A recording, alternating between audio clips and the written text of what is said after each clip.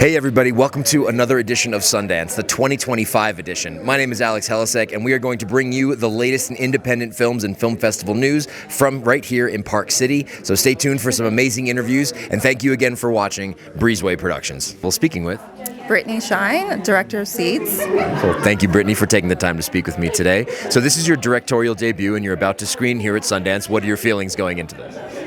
Nervousness, excitement, trepidation, but just obviously I'm excited to actually have the film kind of premiere today. So, yeah.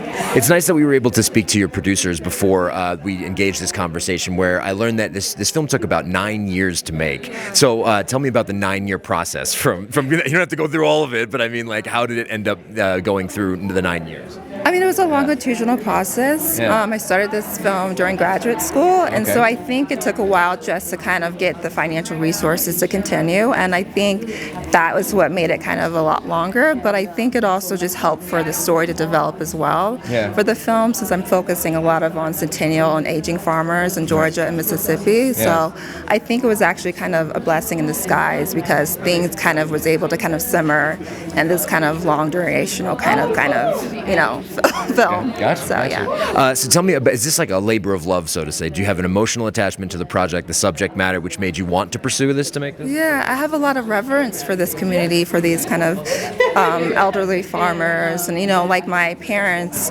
my grandparents, they own a farm in Louisiana, so I think there's a connection here that is really special to me. So Could you tell me about some of the subjects that are in the film that you follow, and there's some of their backstory? Yeah, so he's a farmer in Payville, Georgia, and so he's owned his grandfather has owned this land since like 1936. Wow. So he's a solitary farmer, and he's just absolutely remarkable and just super charismatic. And in this film, we see him like really just his love for his grandchildren. That's what he's trying to do, continue his land. Yeah. And so we kind of follow him through this day-to-day routine. And then we also follow some older farmers, like elderly farmers who are kind of in their 80s. And so it's a lot of car scenes. It's a very languid film, so we're kind of in this kind of rural space. So it's a very kind of cyclical kind of way of life that we see.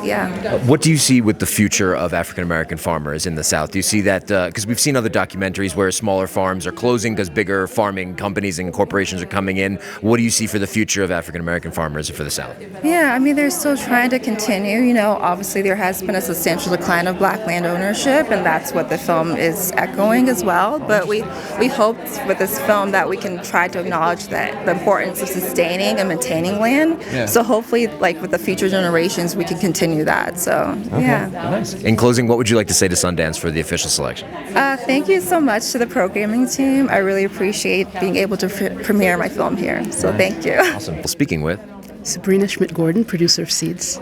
Nice to meet you, Sabrina. Thank you for taking the time to speak with me today. Tell me a little bit about your involvement in Seeds.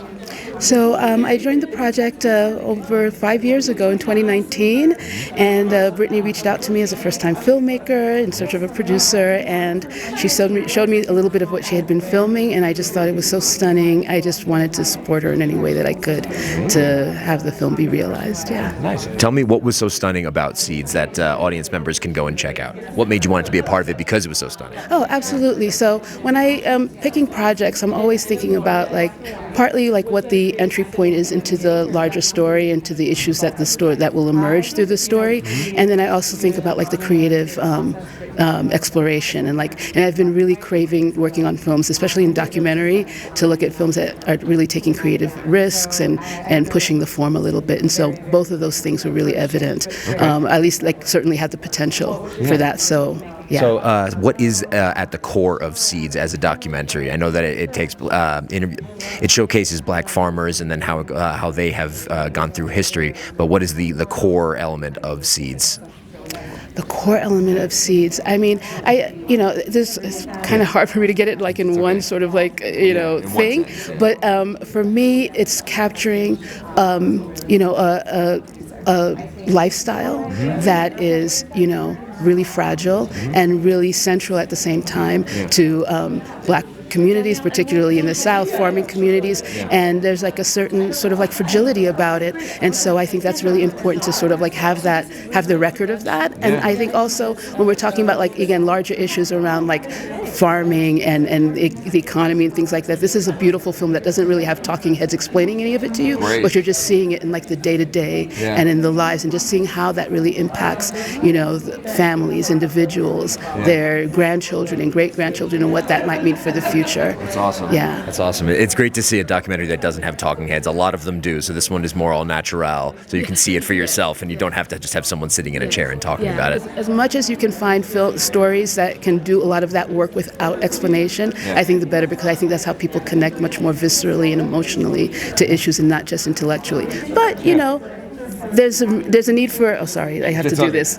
Yeah. So, but at the same time, like there's, you know, I'm kind of agnostic in the sense that like sometimes a talking head film does what it needs to do. Sometimes a more evocative film does what it needs to do in a different way. We can never have too many stories about our communities. So it's all good, and it's, you know, I'm very excited, and it's a beautiful film, and I'm excited for Brittany. Well, speaking with Danielle Varga. Danielle, thank you for taking the time to speak with me today. So we're here at the premiere of Seeds. Tell me a little about Seeds. Sure. So Seeds is a portrait of centennial Black farmers in the South, and it's really a portrait of their lives, and exploring both like the experience of being a Black farmer in America and also the historical discrimination that they faced in the past. Yes. So as a producer on the project, what did you do in order to make this project become a reality? Sure. So I met the director, Brittany, 4.5 years ago, and I'm really excited about filmmakers who are really driven by the artistic process. And I think just diving in, and, you know, she was just collecting material at that point. I think for me, the editorial process and just being part of the conversations to see, you know, what you do with this, you know, vast amount of footage, and work with our amazing editor, Malika Zohali-Worrell. And I mean, Brittany's brilliant and has such like strong intuition. I feel like on the creative side, it was so much in her hands. But I think these films that are a little bit more artistic and, you know, not as didactic do need a lot of like advocating in the world to get them made and done, or else they kind of slip through. Sure. So with audiences, when they get a chance to view Seeds, what do you hope they will take away from the experience of viewing this doc about Black farmers in the South? I mean, I feel like everyone is going to have slightly different takeaways. I think there's a point of connection for so many different people. I think people who are farmers or from rural communities will feel something, but I think there's such like universal themes about aging and just the, you know, cycles of life and connection with the land. So I'm always eager to hear how Q&As go and like get that real-time feedback. Okay. Yeah. In closing, what is the proudest thing that you did when putting this project together, where you feel like this was a great accomplishment into the completion of this film? Oh my God. I mean, it was. I wish I could point. It's like, you know, Brittany's been working on this film for 9 years. I've been working on it for 4.5 years. Yeah. So it's really hard to point to a moment, but I think like really the film was found in many ways in the edit, and I think just like, you know, building a team together and having people excited, from the editor to our sound mixer and composer, was just bringing all the collaborators together was satisfying.